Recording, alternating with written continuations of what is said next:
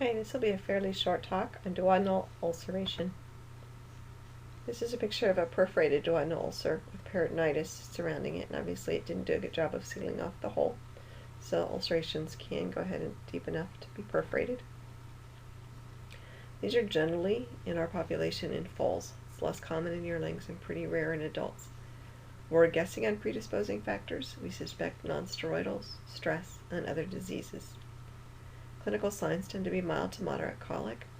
However, foals don't always show colic signs as much as adult horses, so you may just get mild obtundation or depression, kind of a quietness. These foals do tend to have fever and diarrhea. Down the road you might see reflux, but early on generally don't see that as often. So best diagnosis is on duodenoscopy, and it doesn't really show as red on this image, but this is a stomach endoscopy, and you can look into the duodenum. Sometimes you can thread your scope into the duodenum and see the ulcers. It's pretty difficult to do, but every once in a while you'll get lucky with that. Contrast radiographs may actually show a stricture or inflammation in the duodenum. Probably the most common thing we see is if we give them a barium swallow, it takes the stomach too long to empty, and that's because of some of the complications related to these. When the foal on the right is salivating, you'll sometimes see that with young animals with gastric or duodenal ulcers. It is important to differentiate these from duodenal impactions in foreign bodies, particularly in foals that eat things that they shouldn't eat, and colulus. So complications, there's often secondary gastric ulcers. So as the fluid in the duodenum is refluxing backwards due to the inflammation, it will chew up the stomach, and similarly you can get secondary reflux esophagitis. So this is a picture of reflux esophagitis with the red linear ulcerations from the stomach fluid coming back up the esophagus. As we saw in the original picture, the ulcers can go ahead and perforate, leading to peritonitis and adhesions. And down the road they can stricture. So if they don't perforate, but the inflammation leads to stricture, you can get small intestinal obstruction, and now that stomach's not emptying.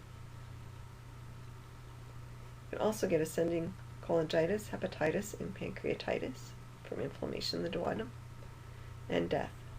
So your thought question is, where does the bile duct enter the GI tract? Because that's one reason we're going to get these ascending infections. Look at the pancreatic duct while you're there too. So prognosis tends to be pretty guarded. Again, these are a referral case. Foals, sick foals in general, need really intensive care. They're very delicate. They go downhill quickly. They get complications that cannot be fixed. So anytime you've got a foal that's just slightly depressed, not doing quite right, that's a good time to refer. We can usually save those. If you wait till they're obviously sick, colicky, very septic, they're often too late. So we will avoid enteral feeding for about 3 days in these foals, give them only parenteral nutrition. We need to decrease the inflammation without making things worse, so it's a very judicious choice of steroids and nonsteroidals. We'll treat the ulceration. They may get misoprostol and sucralfate, and some of them will need surgical bypass of the duodenum due to the changes there. So they get a gastrojejunostomy. It's a pretty unusual surgery, so you want somebody that's comfortable doing GI surgery to do it. So prevention, again, we suspect we should be very careful with our nonsteroidals, particularly in the foals, and we recommend that sick foals be referred as soon as possible before they're truly obviously sick. Just when they're slightly off, even better.